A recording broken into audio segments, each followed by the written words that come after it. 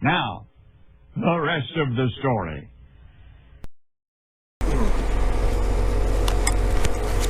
Well, alright, welcome back to the rest of the story. You guys kind of got caught up on the tail end of the day. We haven't harvested anything since last Sunday, so this video is going to be posted tomorrow. It's Friday, November 22nd, 3:33 p.m. Not that many of you really care. We actually woke up this morning and it was 22 degrees out. The first day below freezing we've actually had this whole week. It's just literally a mud fest, and I know people get offended when I say it's a mud fest around here. I guess we're supposed to literally be mud bogging, but I've had a couple pretty close calls with this thing behind me, and I've actually gotten to the point where Dad's actually driving the combine to me, just because on the lower end of this farm, and even on some of the stuff that really isn't all that steep, with the front wheel assist and the diff lock engaged, I'm doing quite a bit of spinning.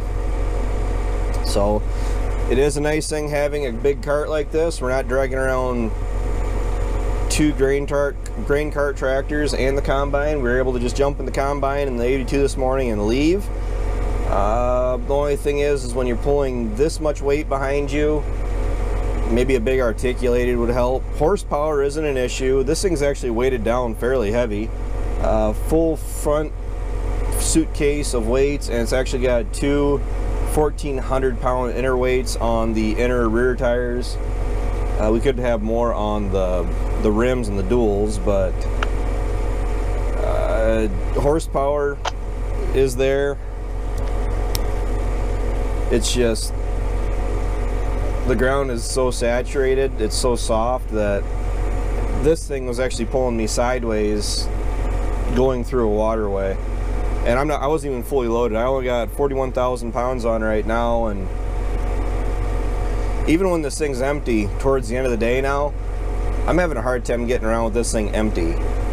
So we are a ways away from home, and it's late enough in the day now. I don't know if Ryan will be able to get back, and he probably won't at this point. He's got an hour and a half to get back to the elevator.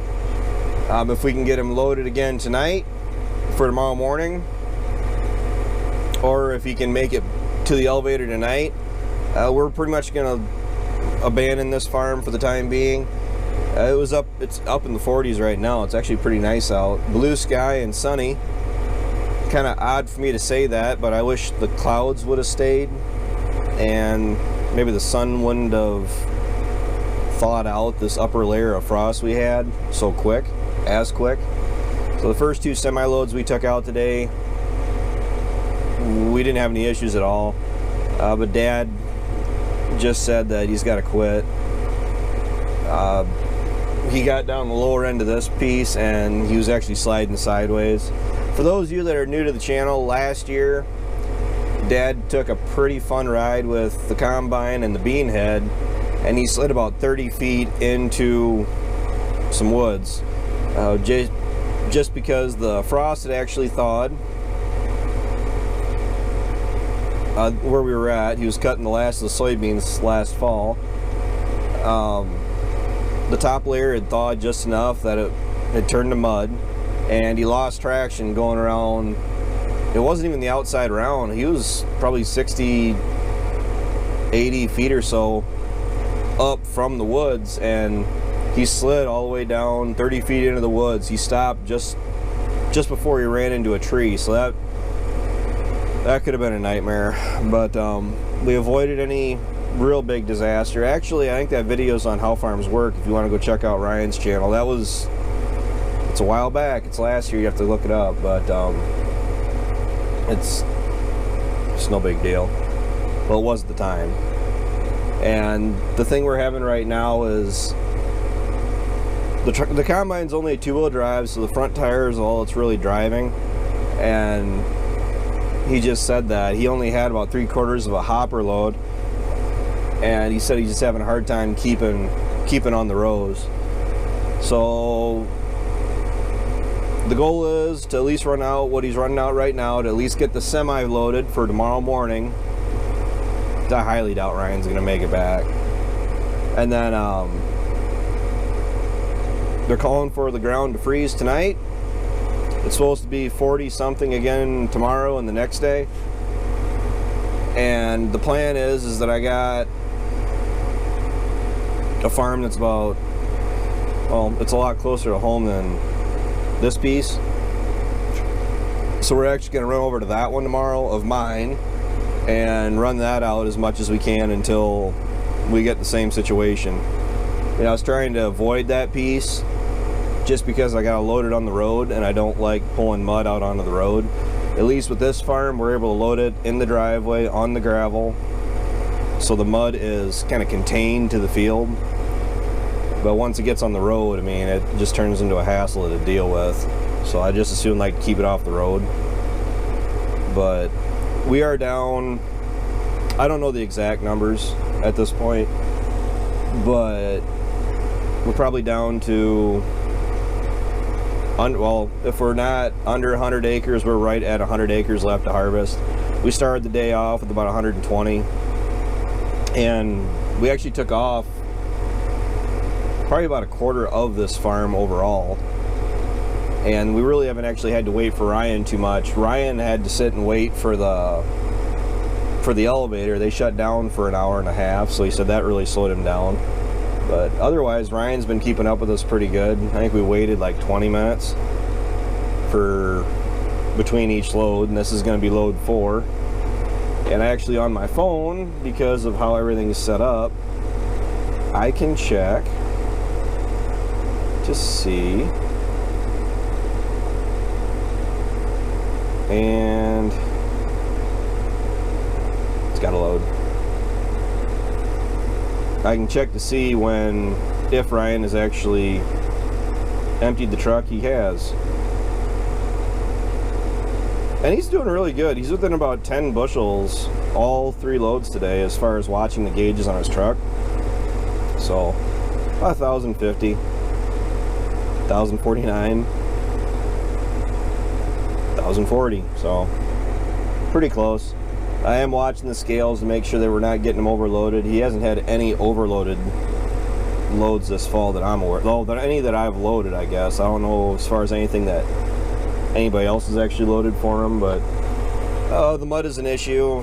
Probably more this year than it was in any years past. This year, I'd say, is worse than last year, and I thought last year was pretty bad. So as far as looking forward to next year, I did pick up a bunch of hay ground, so you guys that stick around, keep watching the channel, if any of you are still around for next year, there's going to be more haymaking for next year. I got about 100 acres of hay, give or take. I mean, it's easier to say just 100. I picked up for next year that I'll be making for feed, and as long as once our feed needs are acquired, I'll probably stow it all on side with potential to sell it. I am looking at an acid applicator. I have actually priced around the different products between Harvest Tech and Hay Max. Hay Max blew Harvest Tech out of the water on price. I'm going to need about a little over 400 gallons, so 2 200-gallon totes, give or take. And it's about $1,500 difference between the 3 different places I've called. So the baler needs to be gone through, the disc bind needs to be worked on. The combine is sitting really good. It should be good for next year, possibly the year after. Everything we've done to it, it needs a really good bath. This needs a really good bath. Everything is coated in mud. I don't know if I'm just gonna do a dry clean on the combine, just hit it with the air hose, get all the chaff and grain and dust built up that is on it off of it, and then maybe just wash it off next summer sometime. Just pull it out and get it cleaned up. It's really going to depend on the weather, on our timing. Tillage is at a big 0. We got to haul corn fodder in yet, so actually, as weird as it sounds, by not having the ground firm up, freeze up, this past week, we actually lost quite a bit of work. I mean, there's a lot of stuff that's kind of hanging out over our heads yet that needs to be done. I mean, harvest aside, I'd go home and consider doing tillage, but the problem is it's mud. I mean, we can go through and VT. As far as chisel plowing goes, it's just not going to happen. I mean, I do want to go through and have all of anything that was corn this year. I want to see that Earthmaster VT pulled over everything. Largely just because it knocks the stalks over, exposes the dirt, and it does help the residue and everything kind of decompose a little bit quicker. As far as this corn head, you guys can see the stalks behind me. I've had a couple warnings from some courteous viewers, concerned viewers, that were saying exactly that. You got to worry about stubble damage from the stalks when they're cut like this, when they're cut with that chopping head, because what happens is that they actually freeze or get hard, and then when you're driving over them later on here, it damages your tires. Really not crazy about that, but on the other hand, I'm planning on all these stalks to be knocked over and kind of ground up a little bit more. Big thing I've been doing, everything that I've been running through myself when I've been running the combine, is I've actually been running the head higher than right on the ground. You know, the stalks might seem like they're kind of high right now. Head shelling is an issue this year, and it's really irritating. We got the head adjusted where we need it and everything, and what I've been doing is I've been running the head just above or just below where the ears are on the plant, so the ear is really just breaking off at the head and then being pulled into the head, and really helps. But if we were going to do no-till, 100% no-till, which Ryan has a field that is no-till, he did have that run closer to the ground, so it is chopped up and is going to decompose a little bit better throughout the winter. And he's spinning a little bit right now, actually. Great. And I don't know, I'd at least like to see that much done. We got to work with, we have to wean calves, manure to haul, equipment to clean up, equipment to work on. The planter is going to need all new chains. That's really not that big of a deal as far as going into next spring. The baler needs new pickup teeth, that applicator hooked up on it, and I'm probably going to replace a belt or two. And the baler should be ready to rock and roll. New chains. The slip clutch on the 735 disc bind, Moco, that needs to be changed out. I'm going to go through, change the oil in the cutter bar, and then check the oil in all the gearboxes, plus new teeth. So, alright, thanks for everybody for watching, thanks for tuning in, take care, take it easy, keep in touch. Things are going to be slowing down after harvest as far as the videos and everything, because I am going to be signing off for a while. So I don't know when I'm going to start posting again, but definitely after the first of the year I won't be posting. We'll worry about that later. Talk to you later.